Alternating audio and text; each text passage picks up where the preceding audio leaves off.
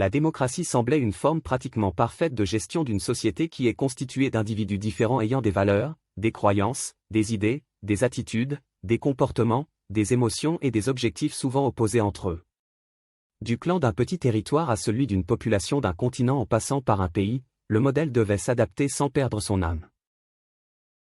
Dans un souci d'améliorer ce modèle démocratique, de nombreux mouvements activistes agissent pour faire valoir une lutte syndicale, écologiste, modifier un comportement inadmissible dans notre société, être solidaire d'un pays ou d'un mouvement quelque part dans le monde, faire admettre une reconnaissance des intérêts d'une minorité, etc. Il ne s'agit pas de juger de la pertinence ou pas de ces mouvements, mais d'évaluer l'impact sur le monde de demain.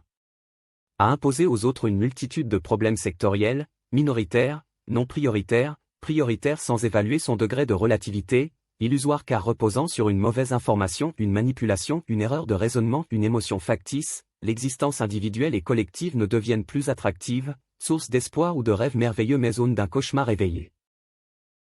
Est-ce que manifester apporte des résultats tangibles sur les causes défendues? Peut-on obtenir des solutions pérennes en isolant les problèmes de leur contexte absolu? Est-ce que les manifestants sont réellement irréprochables sur tous les plans de l'existence humaine? Peuvent-ils se poser en modèle parfait et en garant de la démocratie? Est-il possible pour une société d'atteindre une perfection collective qui repose sur l'appréciation d'un individu? La priorité est-elle dans l'agitation des combats permanents et éternels ou la construction d'une existence équilibrée qui résout les difficultés au fur et à mesure qu'elles apparaissent en utilisant les qualités qui font l'humain?